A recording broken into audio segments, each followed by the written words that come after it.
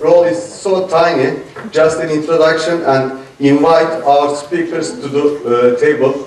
Please join us and come to the table. And please, Ambassador. Today, the title of the event, Regional Security and Cooperation Perspectives in the Black Sea in the aftermath of recent developments in Ukraine. As you can imagine, if someone says in 2014, recent developments, you can't tell recent developments in a nutshell. So it's a huge attempt to deal with this issue. I do believe today Professor Şaban Kardaş is going to moderate peacefully to our panel with the presence of Excellency Sergiy Korsunsky and Ambassador Alev Kılıç and Associate Professor Emre Erşen. I'd like to thank to you and our panelists for this event. Please join me and welcome them, and floor is yours, Şaban.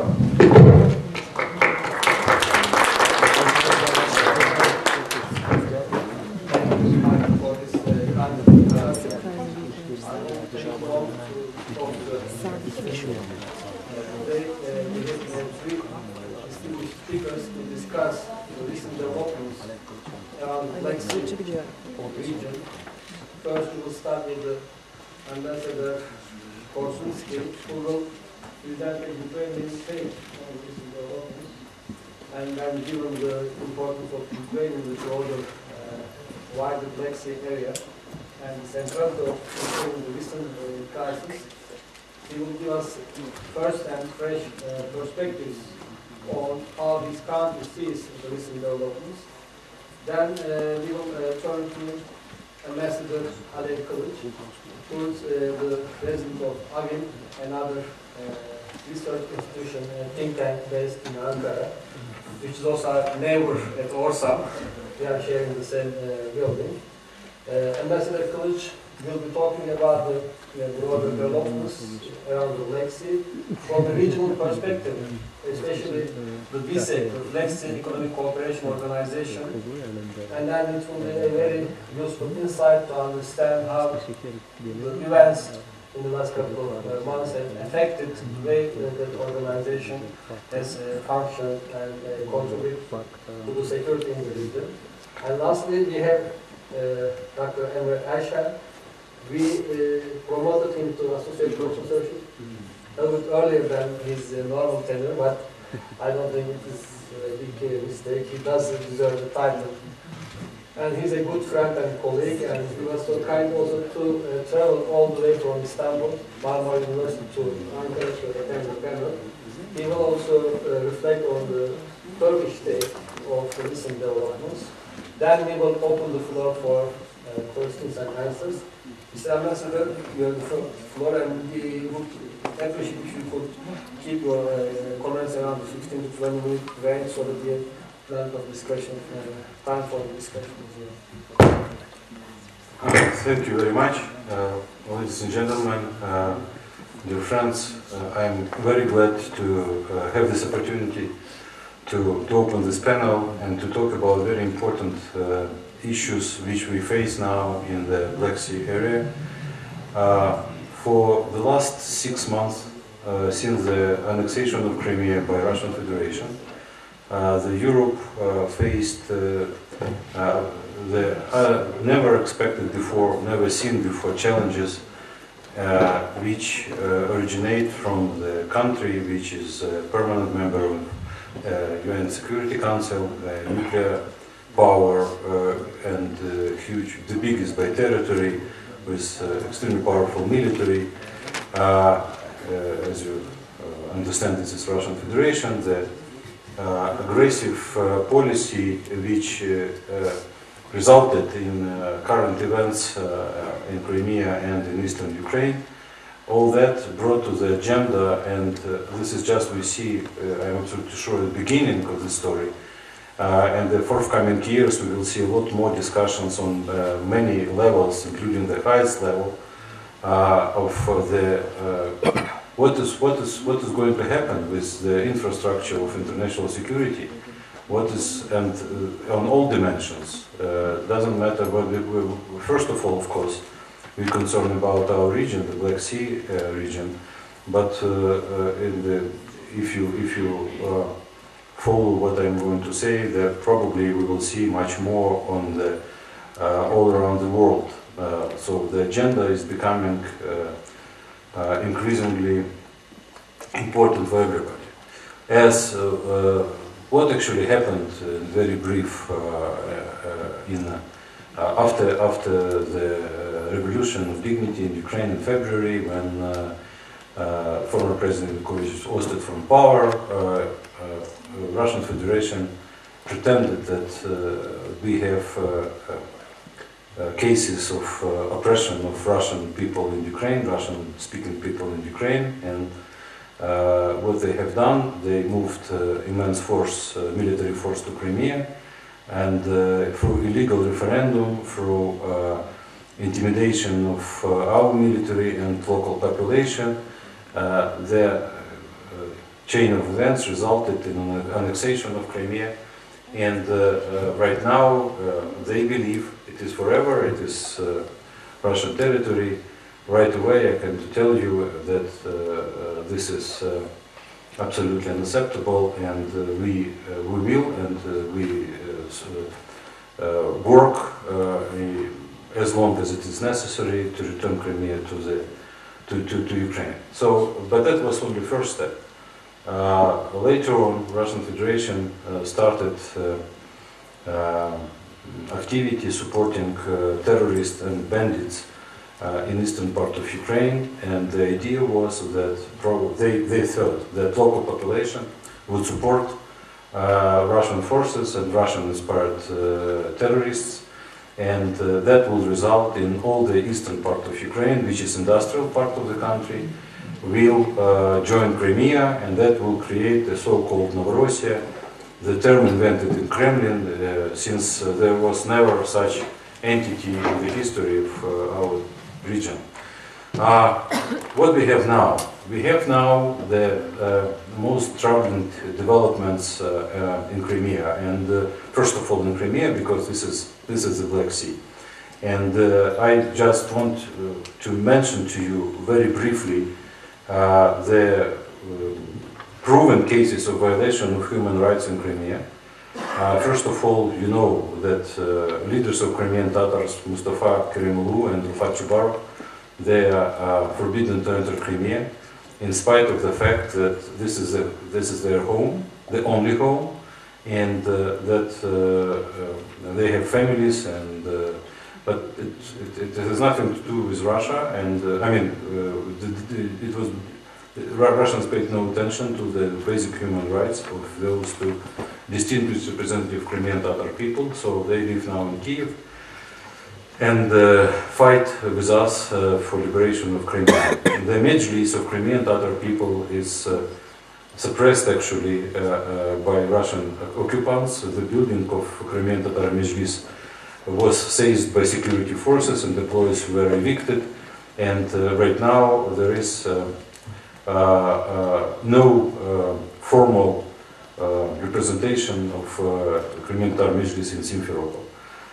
We have a number of cases of deaths, of disappearance, of kidnappings of people of Crimean Tatar origin.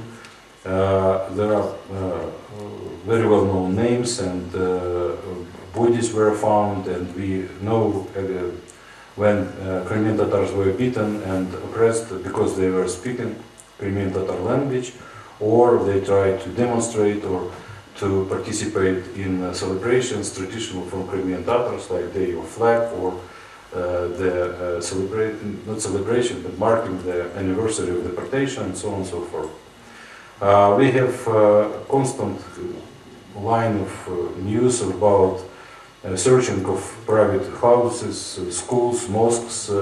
They are searched by security forces of Russian Federation. They were looking for books related to Islam, and since almost all of those books are forbidden in Russia, so they say this is a kind of violation of Russian law. The people who wear headscarves, women or men who attend mosques, they are announced as terrorists and arrested and so on and so forth. We have almost 20,000 Crimean Tatars left Crimea after the occupation. We have cases, not only just Crimean Tatars, but churches of Kiev Patriarchate is also as well forced to be closed, and they are intimidated by Moscow Patriarchate people. Finally, we have 18 Turkish imams and religious teachers invited by Crimean Muftiyat before they were forced to leave Crimea because Russian Federation Immigration Service refused to extend their residence permits to continue to work with the Crimean Tatar community. So I'm mentioning all this to you, not just because just to brought this on the agenda. What is going on in Crimea? It's very simple. Russia transforms Crimea into a huge military base. Military base which is very dangerous for all of us, specifically for NATO countries, including Turkey. And if you open English newspaper in Turkey, you can see like those news that Russia will add 80 new warships to Black Sea Fleet, and Turkish fighters intercept Russian jets in Black Sea amid unusual air activity, and so on and so forth. So answer, just ask yourself, why you need to add 80 new warships to Black Sea Fleet? Against whom? What you want to achieve in this manner? There is Sevastopol military base, which was home for both Russian and Ukrainian fleets. You know probably that we left this base, but Russia still has it, and they have base in Novorossiysk. So why to add 80 new warships? Why to extend the territory, to fly in provoking manner with military airplanes along the borders of Turkey? The answer is and the Russian Federation brought the very sophisticated military equipment, including anti-missile and anti-aircraft arms to Crimea. They increased, they doubled the personnel there. Against whom? What are you going to do? Nobody in its sober mind was going to start war against Russia. So we understand that one of the goals of Russian Federation in the seizing of Crimea, in annexation, that was to gain the complete advantage and complete control of the Black Sea. It's just 280, if I'm not mistaken, or 60 nautic miles in between Turkish shore and Crimea, and they put Iskander missiles there, and definitely they're not going to shoot themselves. So probably those missiles, they're against Romania, Bulgaria and Turkey, 3 NATO member countries, and Ukraine, which is not member country, but definitely right now in a state of, if not open war, but at least military struggle against Russian-supported terrorists. So that's reality, and we have to face this reality because we believe that the logic of development of events around how Russia now is moving its foreign policy forward, and after the very recent and very important, I would say, for all of us, speech of Mr. Putin in Valdai Forum in Sochi, this is, I would call this speech as a Fulton speech, compared to Fulton speech of Churchill. So he actually announced the Cold War, whatever, if you put it in plain language. So he blamed West for everything, he blamed United States for everything, this terrible NATO bloc and dysfunctional EU. He requested that the system of international security and military cooperation would be reconsidered, renegotiated, and new framework would be found where Russia will find not just its rightful place, but that everybody would agree on that Russia may have its special interest in its neighborhood. So it's like divide and rule example, and the war in Ukraine, the events in Ukraine, we consider, first of all, from this point of view, we consider it's not an attempt of Russian Federation to destroy Ukraine as a country. That would be too little for Putin. We see it as a leverage, it creates a leverage for future negotiations with NATO and the United States. I mean, NATO is a bloc and the United States particularly is a main enemy, and with EU for a new infrastructure. So the old security infrastructure, as you know, probably was based on several international multilateral accords. One of them, Budapest Memorandum, where Ukraine was given guarantees from Russia, France, Britain, and the United States, nuclear powers, that its territorial integrity and security will be guaranteed by those powers because we gave up our nuclear potential, third in the world, inherited after Soviet Union disappeared. So they violated this agreement brutally. They violated agreements which are based now on the OSCE, Helsinki Act, and a long list of other agreements, bilateral and multilateral. So I don't understand the logic in this. So if, say, international community somehow will find a window to negotiate with Russian Federation a new framework of international agreement, of international security, the question is how we can be sure that whatever Russian Federation will sign upon, they will keep, because they violated already many important agreements for no reason, absolutely for no reason. There was not a single case of violation on our side or registered cases of harm to Russian-speaking population or whatever. So just from thin air, one day you have a nuclear power which started a war, says the territory, and this is in the center of Europe. This is absolutely unacceptable, of course, and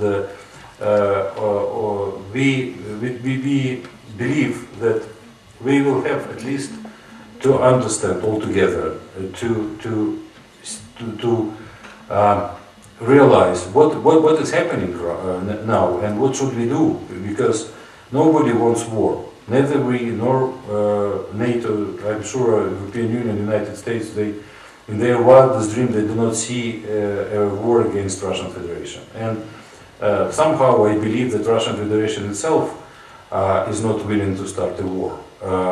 But the propaganda, which scale is unbelievable, it's no wonder they call what is happening now, they call it hybrid war, because it's not a military operation anymore, just military operation.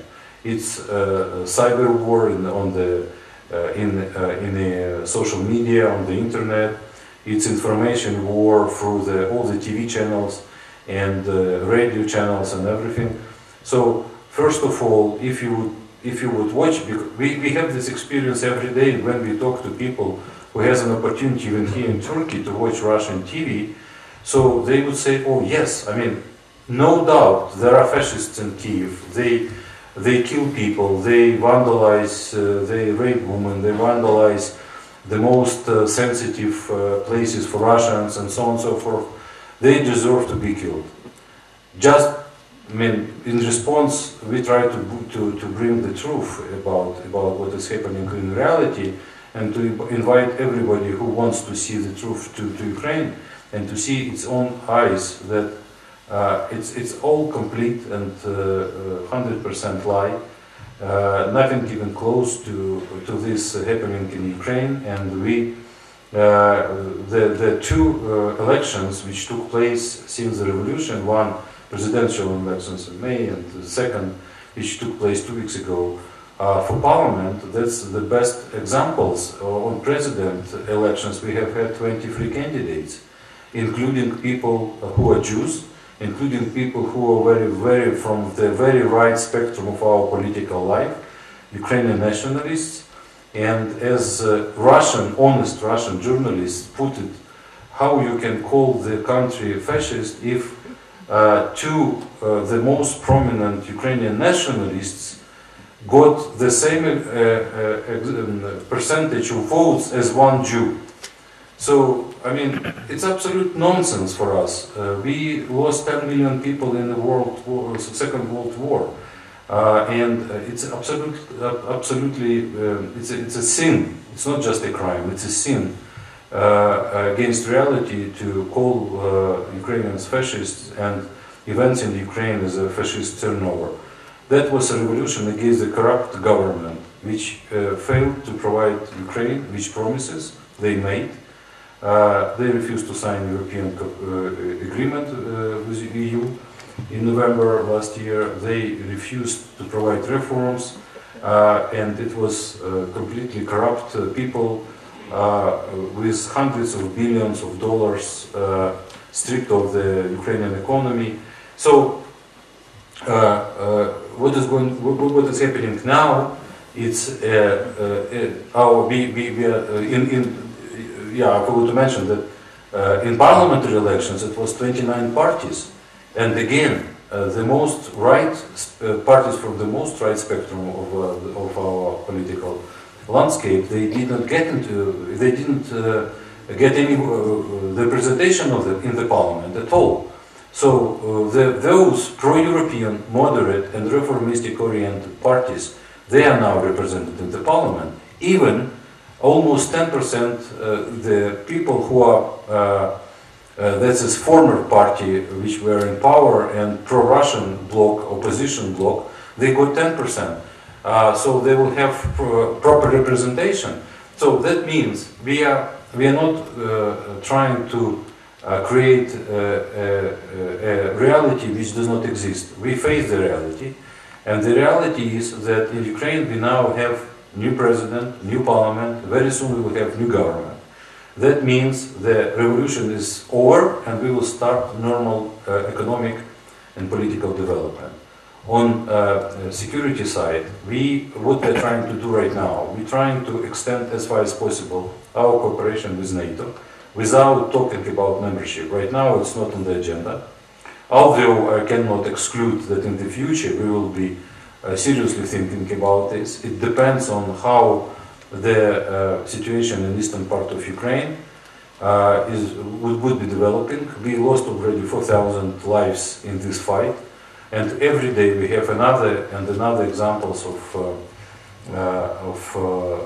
Russia-supported terrorists attacked our forces, and we have killed people and wounded, and this is very unusual for us. But we face this reality.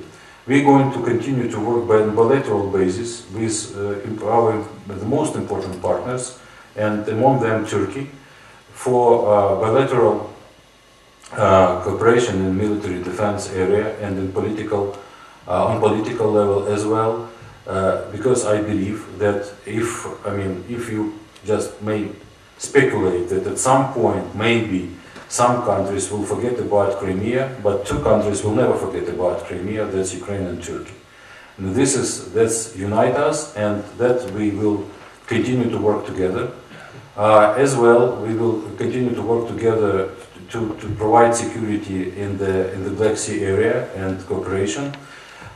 We are very much uneasy about the military activity of Russians, and we believe that one day, who knows, they may put on the agenda Montreux Agreement reconsideration because they want to block US access to the Black Sea. We believe it's absolutely unacceptable, and we support Turkey in this. On a bigger scale, we will continue to work with Turkey on every international fora, and I'm very grateful for Turkish government support.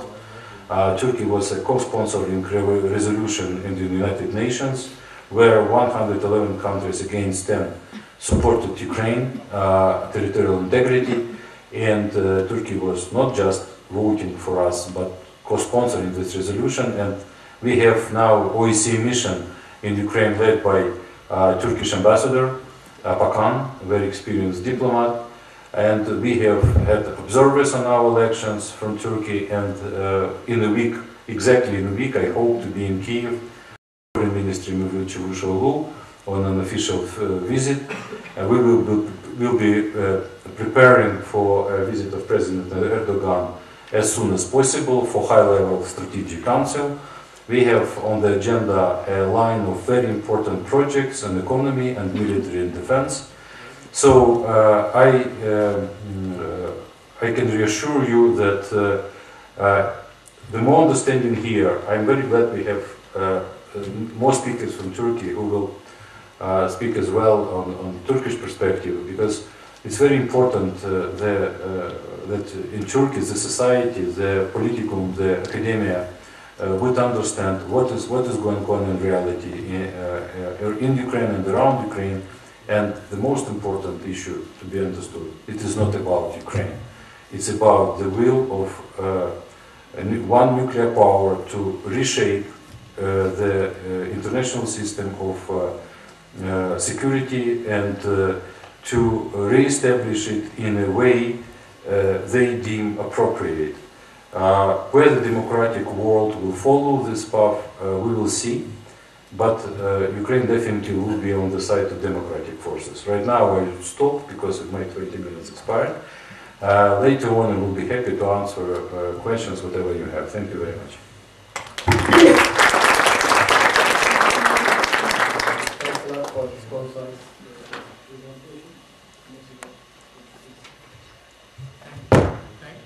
Thank you very much, Professor Kardaş, President of ORSAM as well.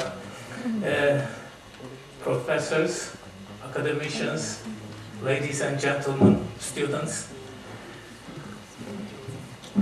I represent another think tank, as Professor Kardaş mentioned, and it is called the Eurasian Research Center. And we deal a lot with Ukraine, Russia in the Eurasian concept. And I have listened with great attention His Excellency Ambassador Korsunsky, and I think as a very seasoned diplomat and having served more than 6 years in Turkey, he is in the best position to tell us the views of Ukraine and the Turkish, I would say, perceptions of Ukraine. And I must say, as a NATO member, as a negotiating member of the EU, Turkey is already on the side of the Western views regarding Ukraine, and as such, very much in line with what Ambassador has just mentioned. That is to say, he has touched upon the most vital, essential points of the problem, and I think he has underlined a couple of times what he called Ukraine being a leverage, Ukraine, the problem not being Ukraine, but Russia and the West, and we adhere to that. We unfortunately see it also as a conflict where Ukraine is the proxy and where the real parts are Russia and the West.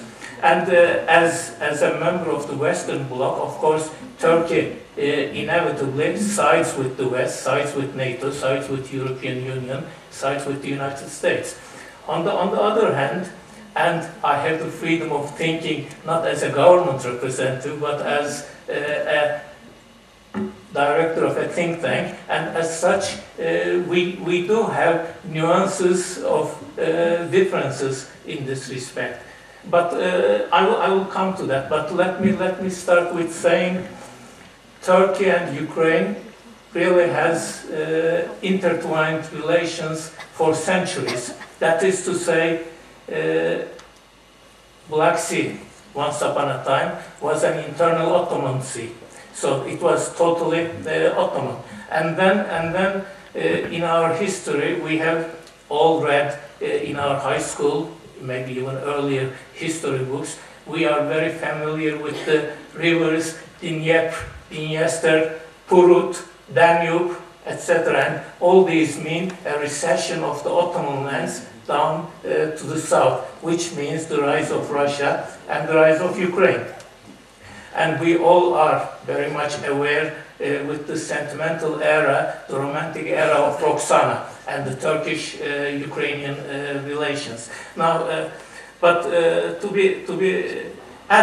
Turkish-Ukrainian relations actually started with the dissolution, collapse of the Soviet Union. And we were one of the early countries to recognize and establish diplomatic relations with Ukraine. But we do not go that far back to think of Ukraine, because we are this year already commemorating the 100th anniversary of the First World War. And the First World War tells us that we also fought in Galicia. And Galicia, we fought, again, it was a front where we fought with some Ukrainians against the Russian, another Russian front. So, and today in Ukraine, we have this Turkish cemetery of soldiers, the monuments of the fallen Turkish soldiers of the First World War. So our history is not really far away. We are neighbors. We are neighbors from the Black Sea. We were neighbors also by land.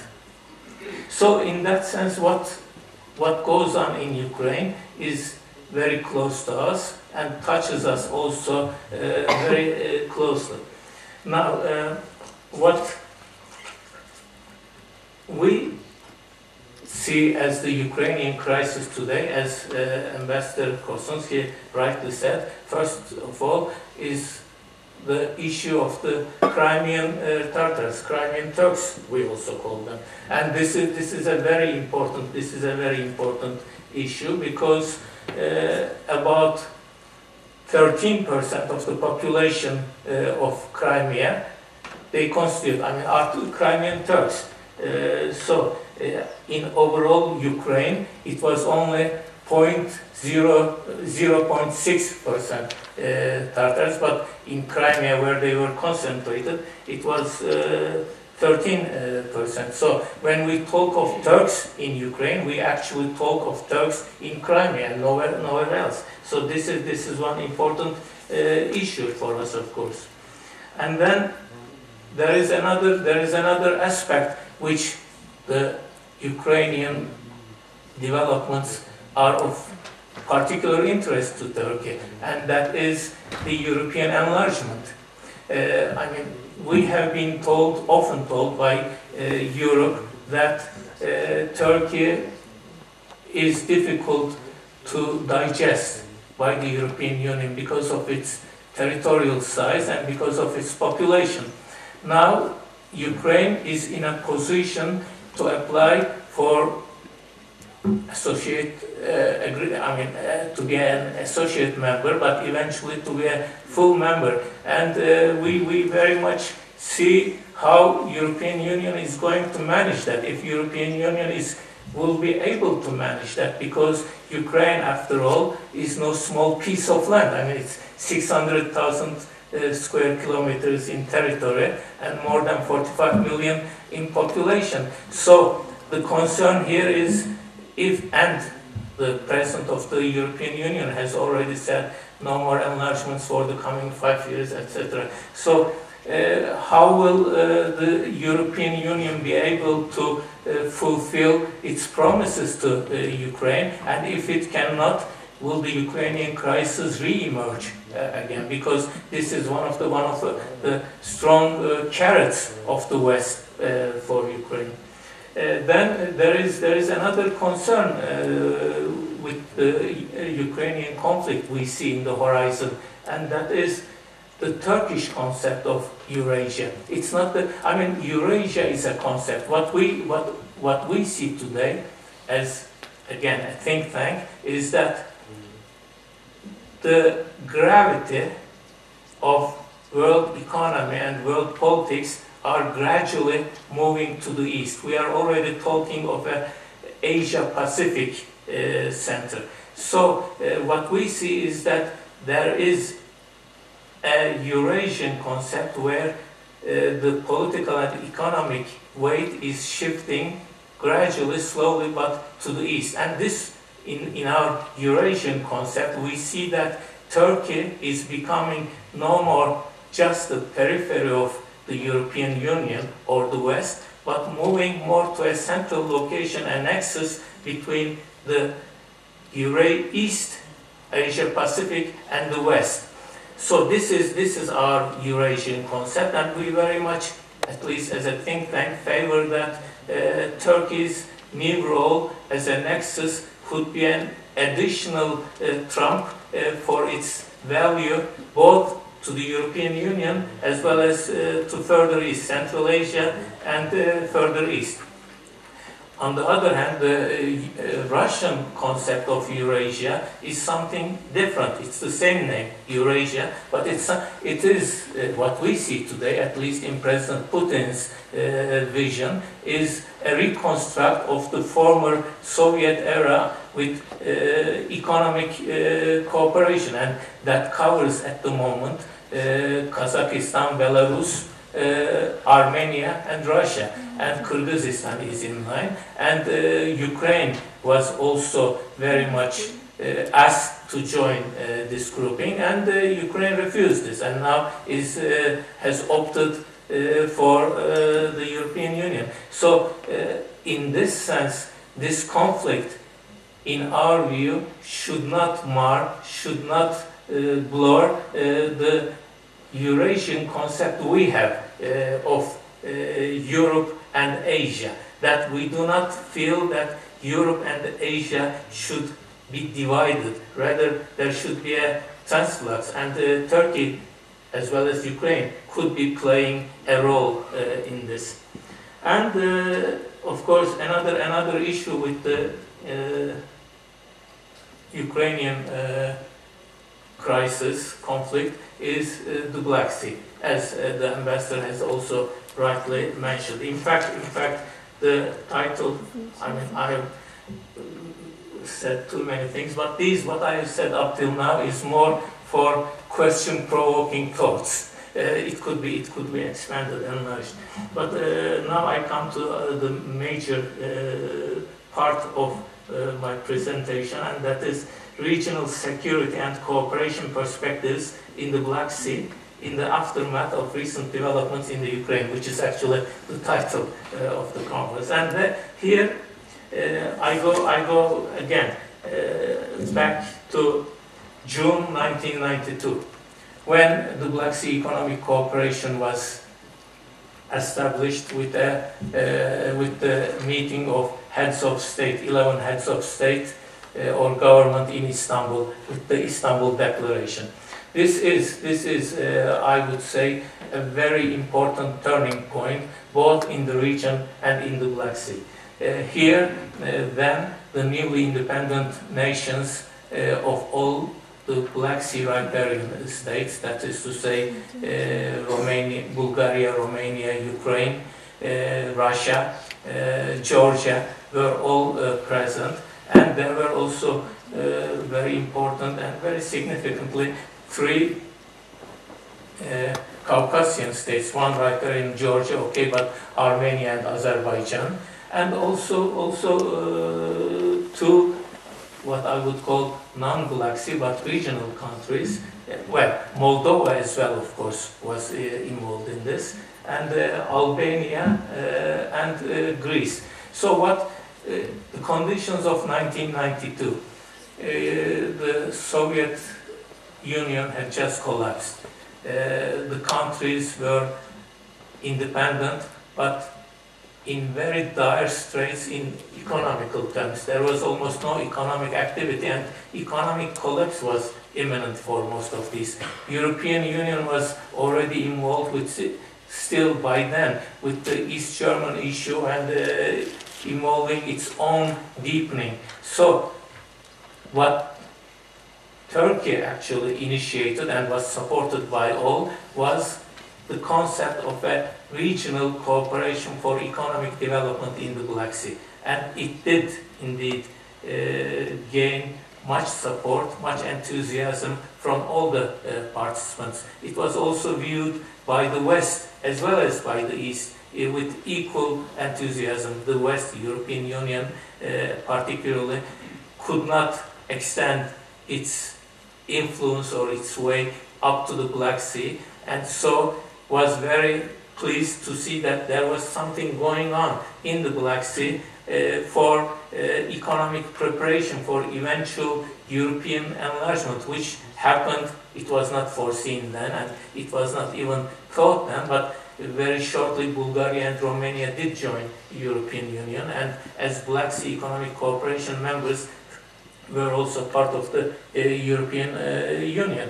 And the rest, Russia very much welcomed this, as well as Ukraine. And we did in those terms from 1992 up until almost present. Indeed, the Black Sea Economic Cooperation did serve as a model for regional cooperation.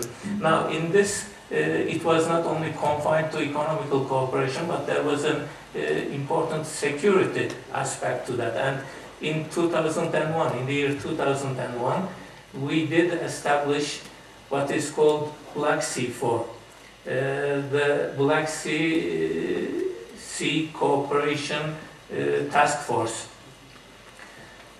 And Russia, Ukraine, Romania, Georgia, and Turkey were part to this. And this was rescue and safety operations in the Black Sea, and cooperation with the Black Sea fleets, Black Sea naval forces. And so it did bring into focus a concept of security in the Black Sea and security cooperation also in terms of naval forces in the Black Sea.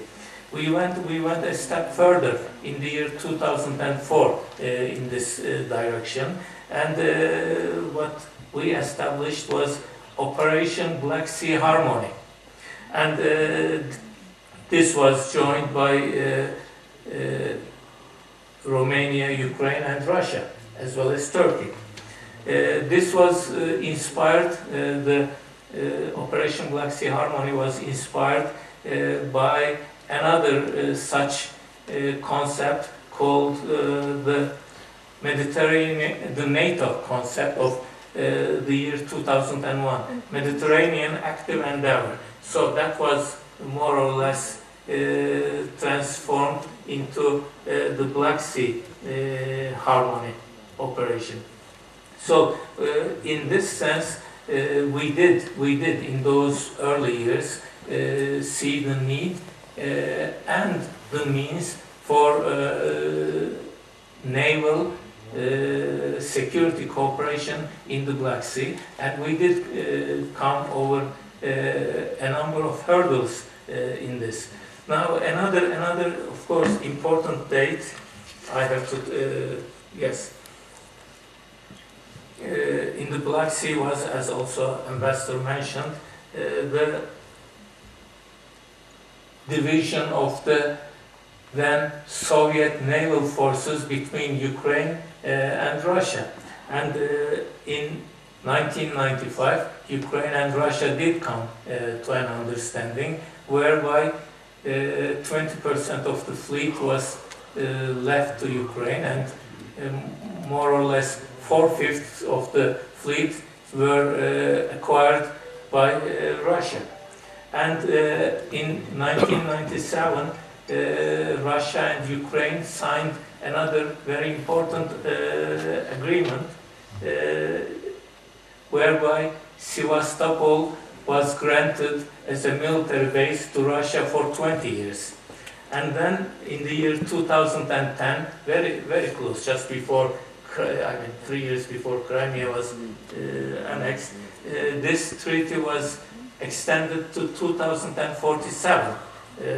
So Russia showed already the interest it had not only in the Black Sea Fleet but bases in Crimea in the Black Sea. So these were of course all seen and followed by everybody else, but definitely by Turkey. And Turkey was particularly involved, interested, but also to a certain extent involved in what was going on because of the Treaty of Montreux of 1936, which makes Turkey actually the guardian of the status, the naval status of the Black Sea.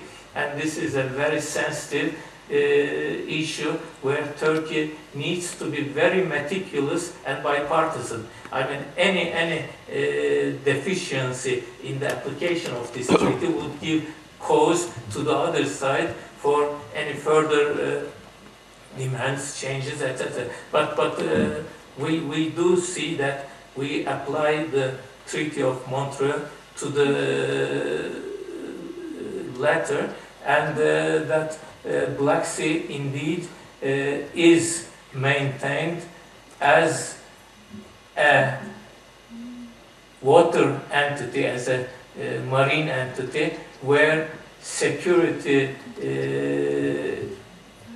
clauses are already given and that they are fully applied. Now, with the change now in Crimea, what kind of an impact it will have on Montreux? As Ambassador suggested, it could. I doubt that. I doubt that in the sense that when it was the Soviet Union, Ukraine, Russia all together, and it was again a military base, and it could have been even stronger than today. So as long as we have the Montreux clauses and the Montreux limitations and Montreux restrictions, no amount of whatever Russia intends to do there, it has its limits, and the passages through the Bosphorus both ways for other groups as well as Russia is very, very strictly conditioned. And so as long as the Montreux is applied diligently, I do not at the moment foresee much problem arising from that.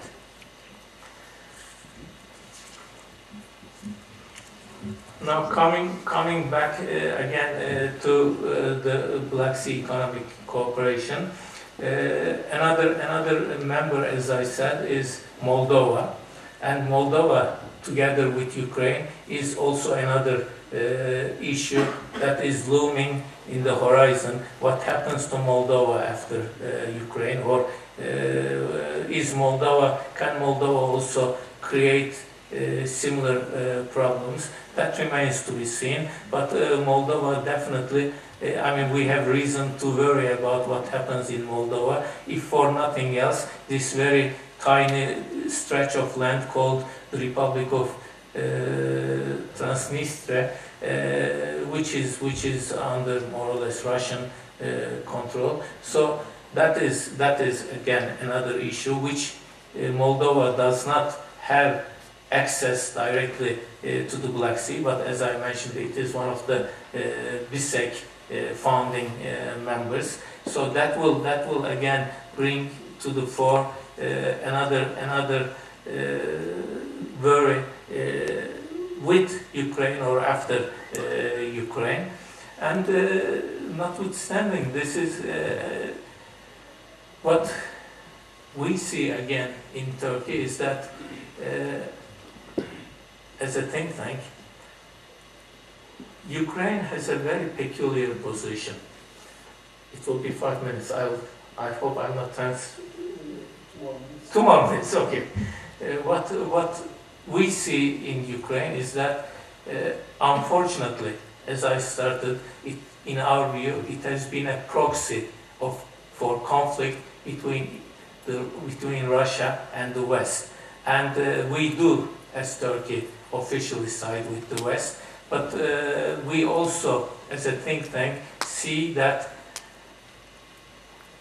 Russia also is not void of points of concern. Russia is practically being told to give up its Black Sea existence, so thereby its military existence in the Mediterranean, and draw up its navy back to Vladivostok. There is no place in between. There is one place, Kaliningrad, and that's a completely different story and very critical.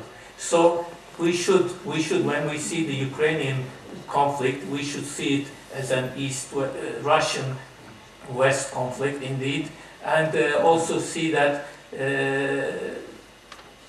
we should be ready to also understand Russia's worries. Thank you very much.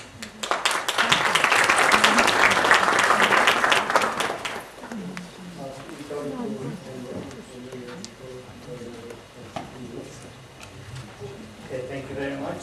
And first of all, I would like to take this opportunity to thank ORSAM and Top University for organizing this conference, and Ambassador Korsunsky also for joining us today in this very timely conference.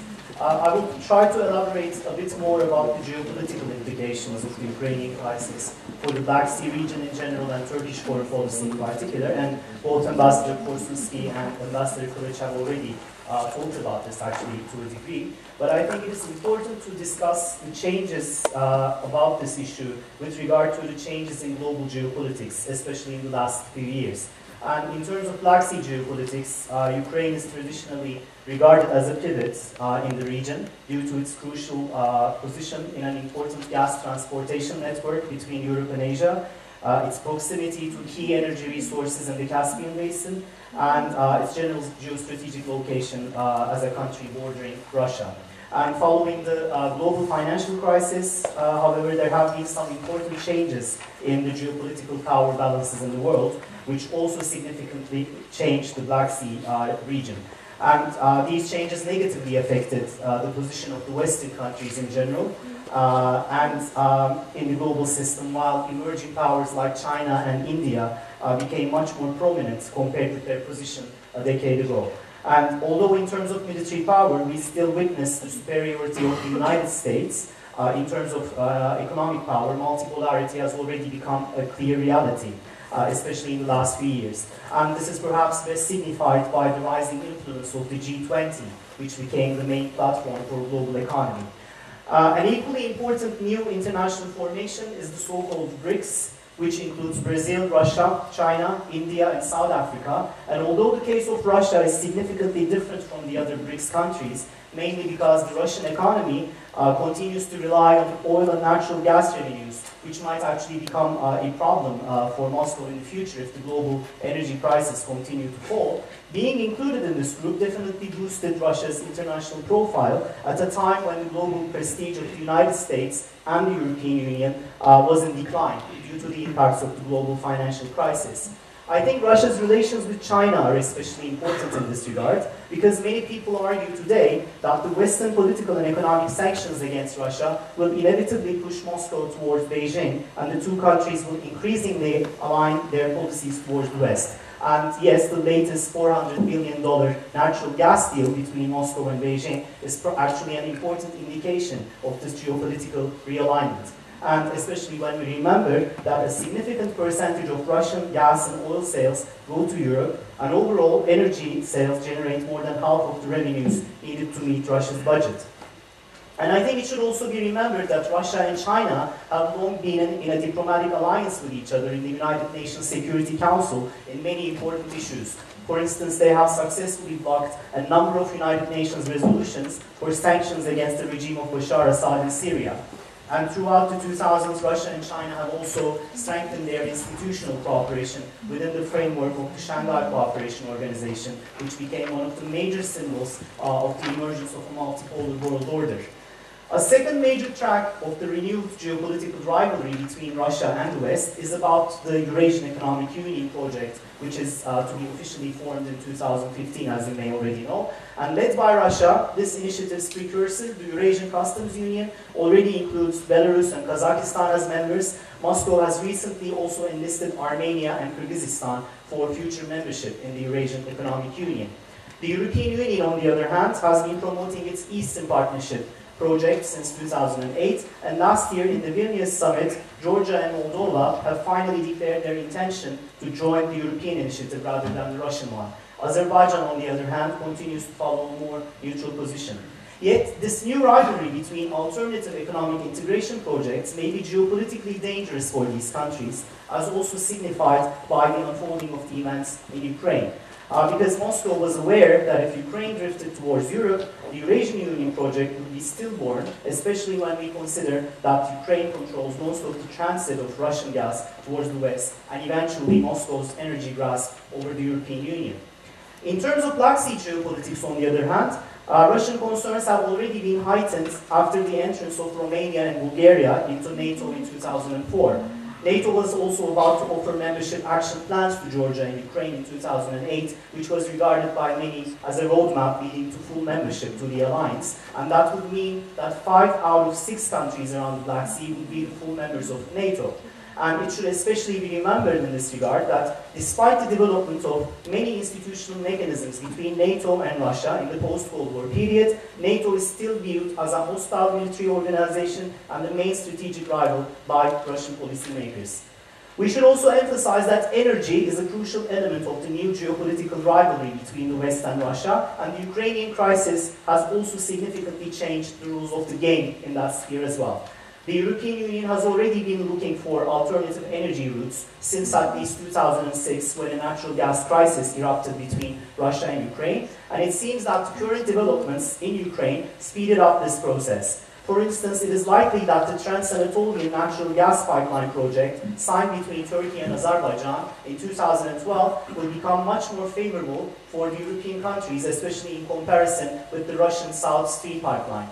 Russia's annexation of Crimea at the same time has given Moscow a clear strategic advantage over the Black Sea, which is also quite important in terms of the realization of the South Stream project.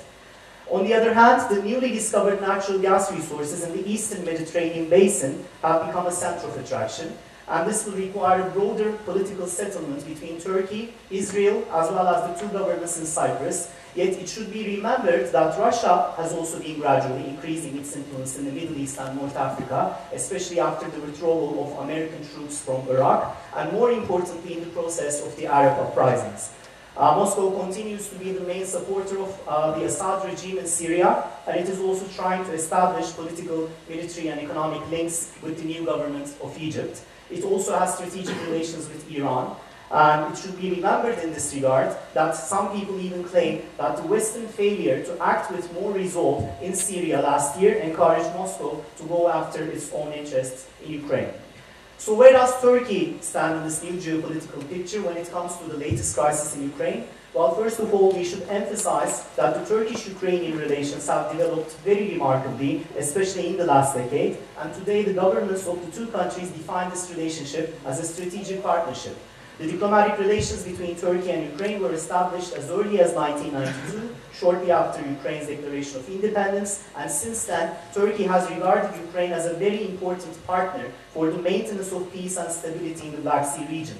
In 2003, for instance, Ukraine was selected by the Turkish government as a high priority country in Turkish foreign policy, and in its strategic location between the European Union and Russia, as well as its significant economic potential for Turkish businessmen, make Ukraine one of the most important countries of Eastern Europe in the eyes of the Turkish policymakers.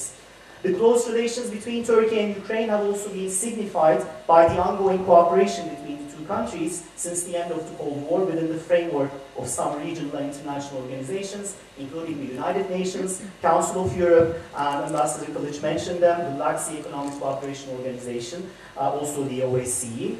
In the military sphere, there has also been an intensified cooperation between Turkey and Ukraine, especially in the 2000s, within the framework of Black Sea 4 and Operation Black Sea Harmony, also mentioned by Ambassador Kılıç. Another very important factor in the development of Turkish-Ukrainian relations in the post-Cold War period is definitely the Crimean Tatars. Turkey has supported the policies of the Ukrainian authorities in helping Crimean Tatars to return to their homeland and their integration into their new environment within the framework of the territorial integrity of Ukraine. In addition, the Turkish Cooperation and Coordination Agency, also known as TICA, has been undertaking significant projects in Ukraine, and the total value of the projects completed by TICA's Ukrainian office has amounted to $25 million. Especially in the last few years, there has also been a remarkable improvement of diplomatic relations between Ankara and Kiev, Turkish Prime Minister Erdogan's official visit to Ukraine in January 2011 can be regarded as an important point in this sense. During this visit, a high-level strategic council, which can be regarded as a joint cabinet or a council of ministers meeting between the two countries, was founded between Turkey and Ukraine. And during the same visit, Turkish-Ukrainian relations were also elevated to the level of strategic partnership. And the two countries also decided to start negotiations for the mutual abolition of visas, as well as a free trade agreement.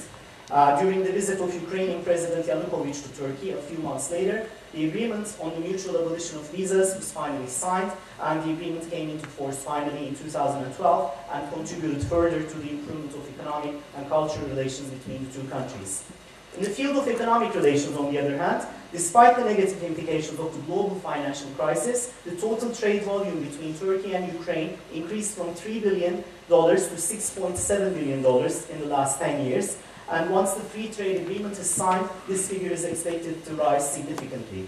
Another major field of cooperation between the two countries is also tourism, especially following the abolition of visas in 2012. The number of Ukrainian tourists visiting Turkey has increased remarkably, and last year only more than 750,000 Ukrainian citizens came to Turkey. So against this background of rapidly improving political, economic and cultural relations between the two countries, it is no surprise that Turkey has been very much concerned about the latest crisis in Ukraine. The most immediate concern for Turkish policymakers has been the situation of the Crimean Tatars, and to this end, Turkish Foreign Minister Davutoglu visited Kiev and became one of the first foreign politicians who met not only with the new Ukrainian leadership, but also with the leaders of the Crimean Tatars in the early days of the crisis. Turkey also did not recognize Crimea's decision to join the Russian Federation, despite its very close economic and political relations with that country. It has also followed an active diplomacy towards Moscow to ensure the protection of the rights of the Crimean Tatars in this new situation. At the same time, however, it has continued to emphasize the importance of maintaining the territorial integrity of Ukraine in various regional and international forums. About this last point especially, Turkish policymakers are concerned about the implications of the Ukrainian crisis for other similar frozen conflicts in the former Soviet space like Nagorno-Karabakh, Transnistria, South Ossetia and Abkhazia. Ankara is also concerned about the situation in Ukraine because of its strategic implications for the Black Sea security. Since the end of the Cold War, the Black Sea has been regarded as a relatively stable and peaceful region compared with the other regions in Turkey's neighborhood. And bilateral and regional cooperation with Ukraine and also Russia was a priority for Turkey in terms of formulating its policies towards the Black Sea. Now, this policy needs a complete revision since that status quo is completely destroyed. On the other hand, Crimea's decision to join Russia significantly changed the strategic balance in the Black Sea in Russia's favor, and the acquisition of the base in Sevastopol gave Russia a clear military strategic advantage in the Black Sea, which is also a very important concern for Turkey. It should also be remembered that almost 25% of Turkey's total natural gas imports are supplied by pipeline passing through Ukraine, Romania, and Bulgaria. This means that in case Russia imposes natural gas sanctions against Ukraine, Turkey will have to find new sources to cover its energy needs, which will be around 10 million cubic meters. At the same time, however, we shouldn't forget that Turkish-Russian relations have also developed very remarkably in the 2000s, like Turkish-Ukrainian relations. The two countries have especially developed cordial relations in energy and trade. Today, almost 60% of the natural gas consumed in Turkey comes from Russia, and Russia also builds Turkey's first nuclear plant. It is also Turkey's second most important trade partner following Germany, with a trade volume of around $40 billion. In 2010, the two countries also decided to remove the visa restrictions between each other, like Turkey did with Ukraine as well. All these developments make it harder for Ankara to alienate Russia with regard to the crisis in Ukraine. And Turkish policymakers, for instance, state that Turkey's commitments to NATO do not contradict with its partnership with Russia. And Turkey also tries to implement very strictly the 1936 Montreux Treaty, which still regulates the navigation in the Black Sea, and Turkey continues to view this as a major instrument for the maintenance of the status quo in the region. However, being a NATO member may also put Turkey in a more difficult position in the long run in terms of its relations with Russia, especially if the crisis in Ukraine continues to escalate. A few months ago, for example, Turkish armed forces joined the United States and some other NATO countries in the Sea Breeze naval exercise in the Black Sea, and this was a development which clearly disturbed Moscow. At the same time, it should be noted that currently Turkey's foreign policy is much more focused on Syria and Iraq due to recent developments taking place in those countries. However, its close relations, both with Ukraine and Russia, might enable Turkey to act as a mediator between the two countries, and Turkish policymakers' frequent calls for dialogue are especially important in this regard. It should also be noted that Ankara has strongly supported President Poroshenko's peace initiatives, and President Poroshenko also made direct reference to Turkey's support to Ukraine regarding the crisis in Crimea in his first press conference after the Ukrainian presidential elections. This might be regarded as a strong sign of trust between the two countries. So in conclusion, it is possible to say that considering the rapid improvement of political, economic and cultural relations between Turkey and Ukraine in the 2000s, Turkey has the capacity to present itself as an honest broker in this crisis. Turkey's membership in NATO and its strategic relations with Russia are very important advantages in this regard.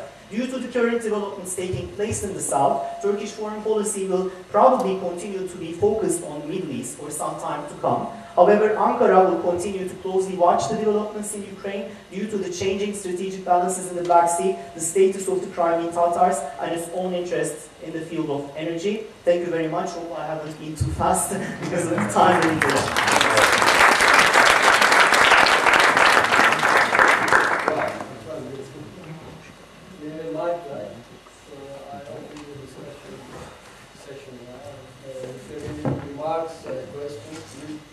Raise your hand, also introduce yourself and your institution. Faruk Dıvarcı.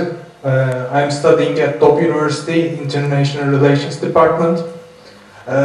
First of all, welcome to our beautiful and qualified university. And I want to ask a question to directly the distinguished ambassador of the Ukraine. From the perspective of the international law, we can ask ourselves if Russia violates the international law in Ukraine, because you did mention, and as I know, Russia violated the Charter of the UN and the Budapest Memorandum in 1994. And also the statute of the International Court of Justice. And I ask myself if Russia returns to the enlargement policy as in the Cold War period, because it's very important.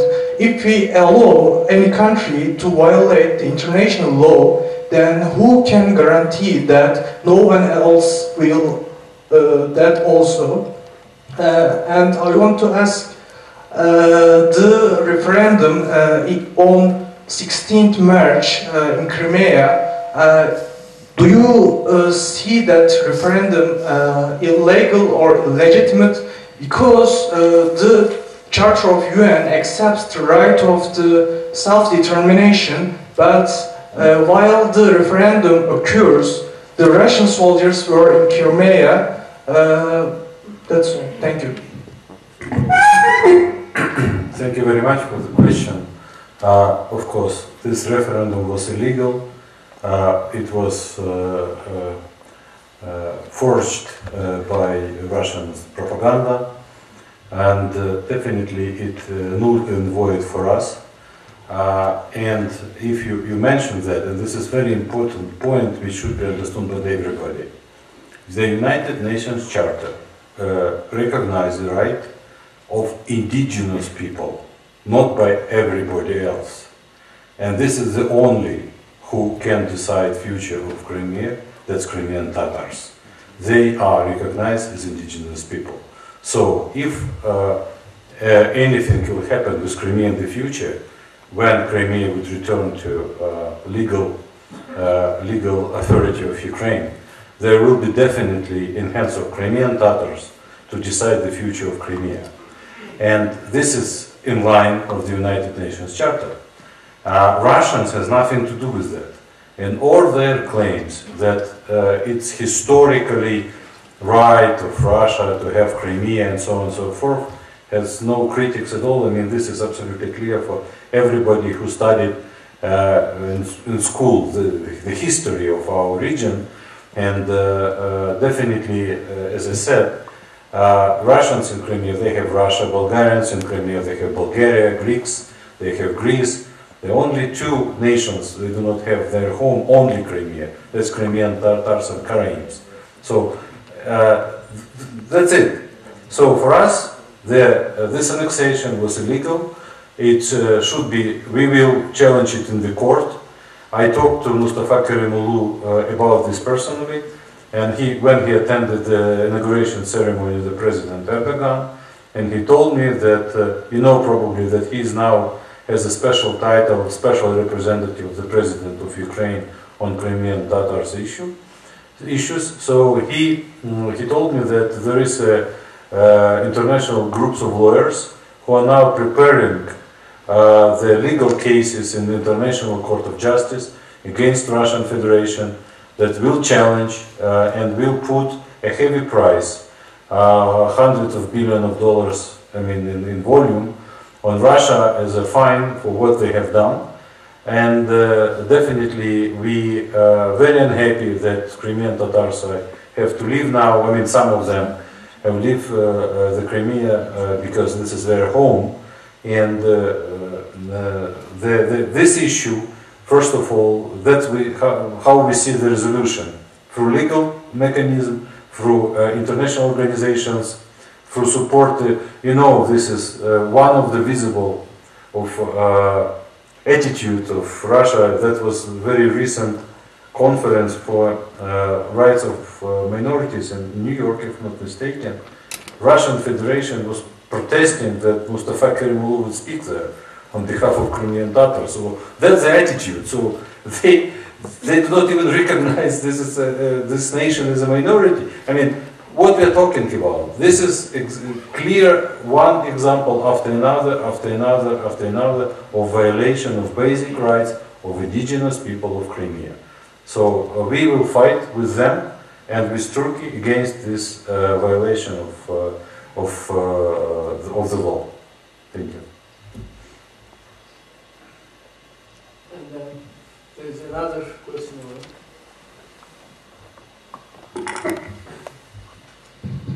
Hello, my name is Rihanna. I'm a student of Gazi University, and I have a question for you.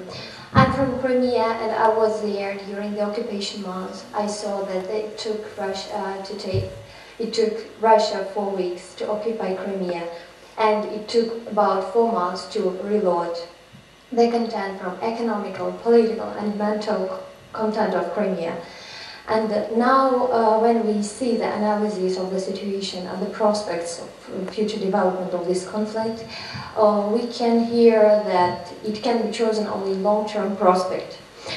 But we know that Russia has started the geopolitical transformation earlier, many years ago, when they started to create and support the conflicts, military conflicts all over the world, especially in the neighboring countries.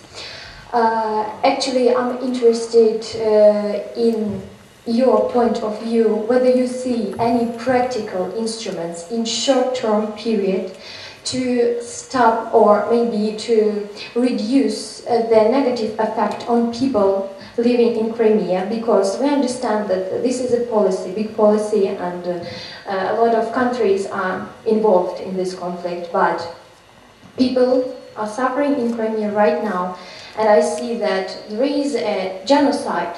We can see that people are suffering because they have opinion. They are living in their motherland, but they have opinion that they don't want to suffer from enemies, but they have no right to protect themselves. And I see that international law also doesn't have any practical instruments.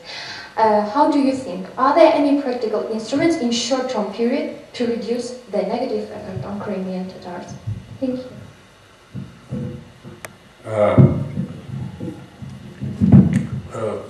We try to talk to Russian Federation about all the problems. They refuse. They blatantly refuse. They say we should not talk to you about our internal affairs. That's the attitude. Therefore, we are not able, unfortunately, very much unfortunately for us, to resolve issues of those Crimeans, Crimean Tatars and Russians and Ukrainians who are still in Crimea and who refuse to accept this occupation, to take Russian passports and to live peacefully and happily as Russian citizens. But our ability to influence the situation is bound now to international framework and to preparation of legal case, as I said already, against Russian Federation, and that would take years, unfortunately. But if you would spend a couple of hours on and you will see that in the history of Europe and South America and other parts of the world, there were many examples of similar kind of occupations which lasted like 10 years, 20 years, but in the end of the day, the territories occupied by foreign power were returned to the homeland. So we believe that it will happen. It will happen sooner or later. The sooner we will be ready to prepare this legal case against Russia, the better. We believe it is possible, but unfortunately, as I said, this is the only way right now. We know, for example, that Crimean people, I mean the population, they suffer now from the lack of water, they suffer from the lack of food, they suffer from, I'm not mentioning freedoms, basic freedoms, because it's completely different society now, unfortunately. But we, as I said, our ability to influence is very bound by the attitude of the other side to recognize that we have the right to discuss that with them. We think it is going to happen. If you want my estimate, I can tell you probably it will take 2-3 more years before we will be able, unfortunately, very much unfortunately, before we will be able to start serious talks about the situation. Definitely the conflict in the eastern Ukraine contribute negatively to this, to our ability to negotiate, because, you know, right now in eastern Ukraine we have the territory populated with almost 5 million people, which are under everyday military offense. It's a serious fight. The people are dying, their homes are destroyed, and they do not have ability to live and no means to live as well. So it's too much for us right now, I'm honestly saying. So that is exactly why the President Poroshenko, against all the odds, against all the criticism, put forward a peace plan. The people in Ukraine, many were asking what the peace plan with aggressor, but that's exactly the bad peace is better than good war. That's the principle. We need to stabilize the situation, we need to back up and to see where we are, what should we do, and how we can move forward. As respect to Crimea, that is his position is absolutely 100% clear, and I again and again I reiterate it. We will never accept it. Doesn't matter for how long it will take. We will try to work at every international forum, at every international organization, on every occasion, and to help Crimean Tatar people to defend their rights. But if religious teachers and imams from Turkey are evicted from Crimea, how we can keep them? I mean, Ukraine provided them with permits to work and to live. We were completely comfortable with that. Russians were not. They just revoked it and they said you should leave.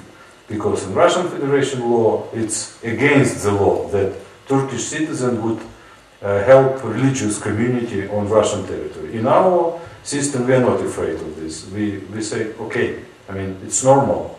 We trust Turkish government with those people. We trust Crimean Tatars, communities, and Muftiyat of Crimean Tatars people. So we are completely comfortable. So as I said, if you ask me whether we could do better before the conflict, yes, we could.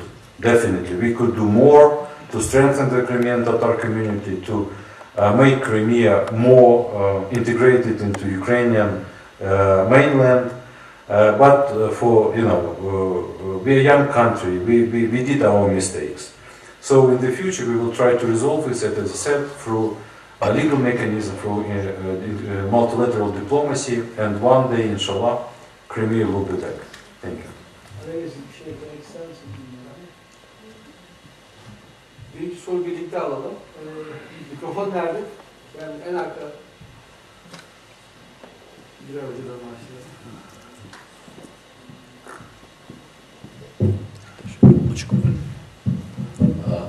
Gilay Sarık, faculty member, Yıldırım University. Well, first of all, I'd like to thank all the speakers for sharing their experience, and especially Ambassador Korsunsky for sincere answers. My questions goes based on your answers, but I have two questions basically. First, about Russia. What makes you think that in 2-3 years term they are likely to change?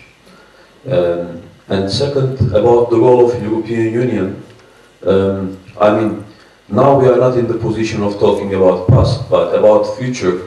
What it may be done to better way in that conflict, because apparently that's not only threat for Russia, for EU, but also not only threat for Ukraine, but also for EU in that respect. And finally, how do you see the current Russian involvement in Donetsk, Kharkiv, in eastern Ukraine, its relationship with Crimea, if you may? Thank you.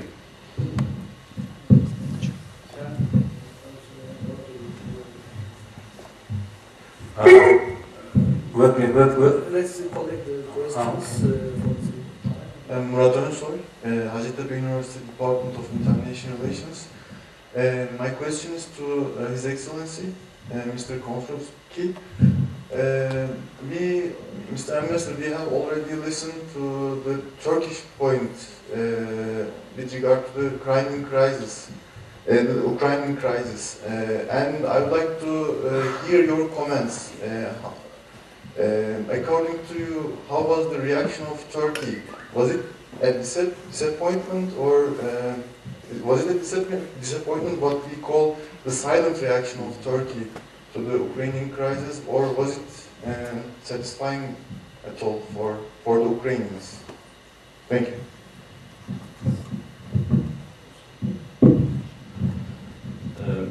Gökhan Soruş from Petroleum Platform Association.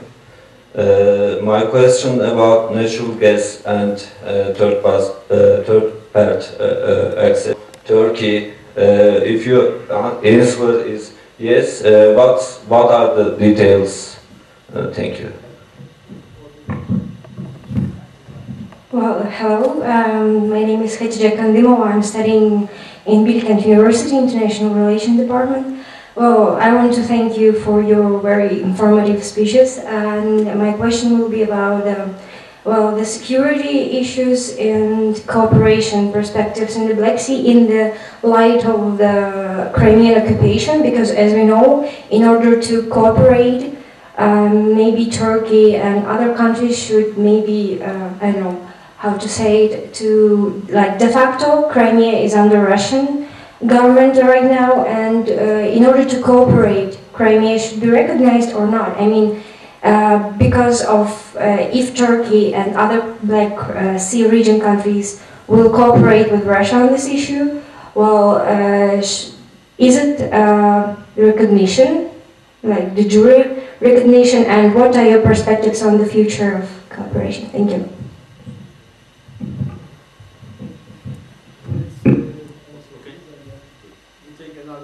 Okay. First of all, why I believe in 2-3 years situation will change? Elections in Russia, elections in the United States.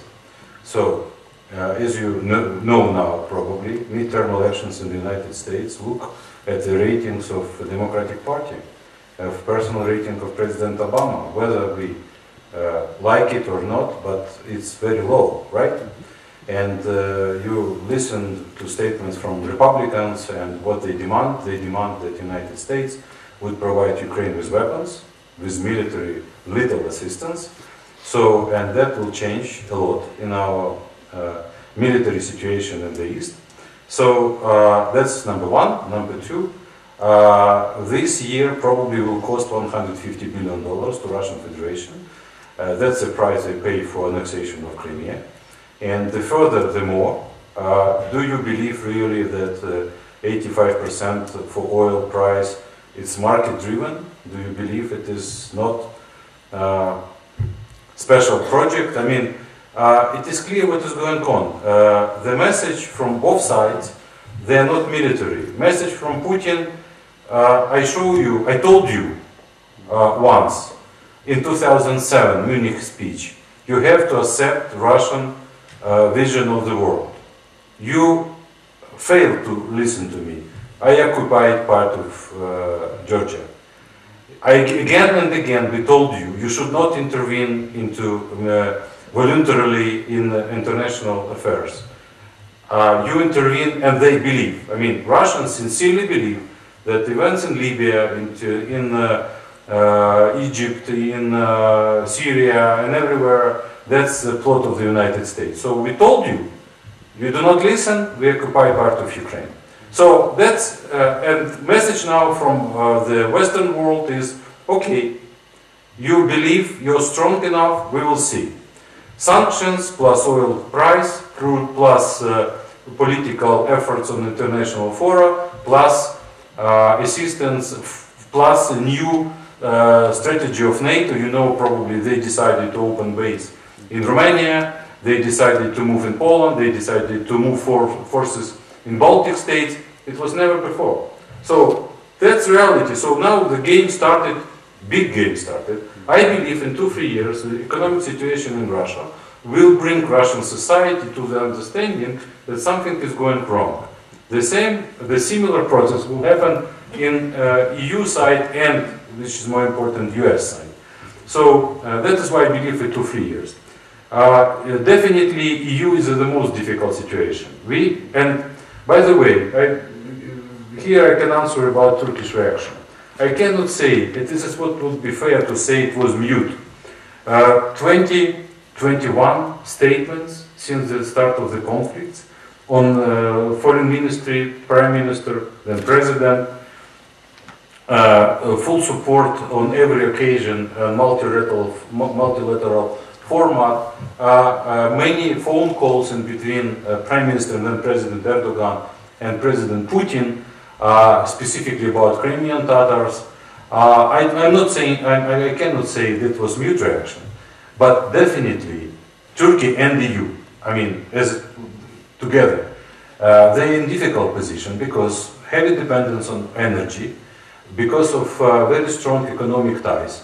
Turkey, again, you may say it's bad, you may say it's good, but that's reality, you should accept this. Turkey is very well integrated into other countries' business.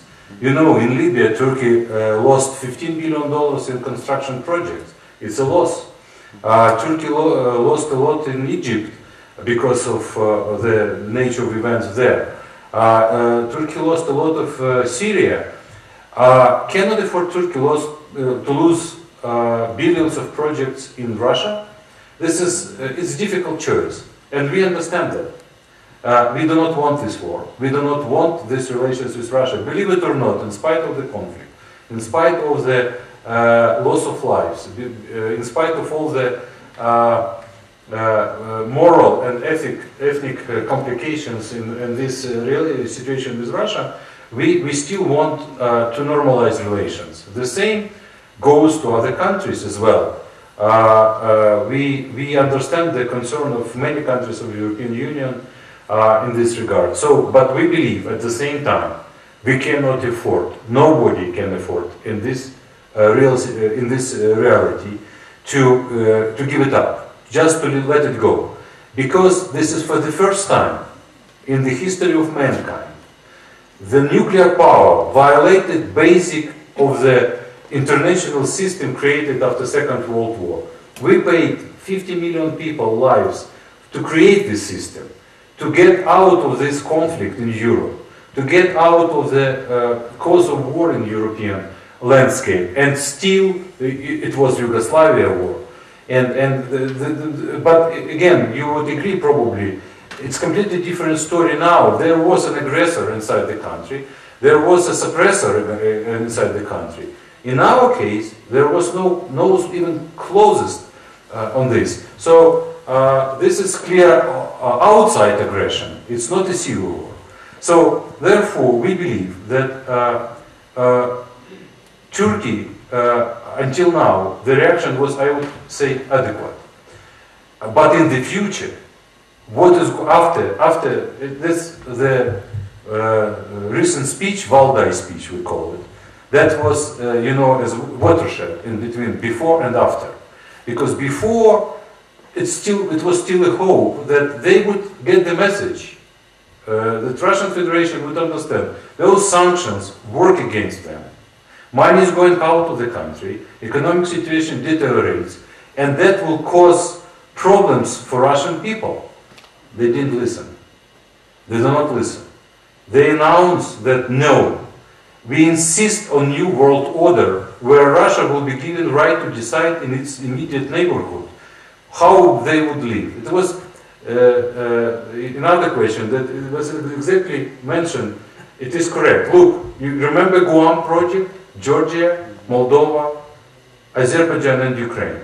Georgia, territorial conflict. Azerbaijan, territorial conflict. Moldova, territorial conflict. It was only Ukraine which was without it. Now we are decorated with problems in Crimea and eastern Ukraine. So that's clear. Like with Guam, it was seen by Russia as anti-Russian project, although it was pro-European, not anti-Russian. But now, how you can mention cooperation is a good question. Maybe Ambassador will add something to BSEC, but let me tell you, I have been present at several summits on the highest level, and it's very fun to see, like, sitting President of Serbia and President of Albania, President of Azerbaijan, President of Armenia, President of Georgia and President of Russia. And how you would expect they will talk to each other? They fight with each other all the time. And now you have us added to this picture. So it's very bad. It's terrible. BSEC was created, and Black Sea exactly was right to say that it was area of peace and cooperation, and we still hope it could be. But how it could be if you have the power which all the time it breaks rules? It's impossible. So I believe that for EU and Turkey, in the years to come, it will be a challenge how to shape its own policy vis-à-vis Russia, taking into account this military arsenal built in Crimea, which a problem for Turkey. I'm absolutely sure that General Staff is now working day and night, not just around Syria and problems with ISIL, but as well thinking about what to do if one day you will see a military ship in the entrance of Bosphorus. Like NATO is now thinking what to do if one day you will see green, polite people in Narva, in Estonia, and whether fifth chapter will be working there. Whether the United States will be ready to move all the military arsenal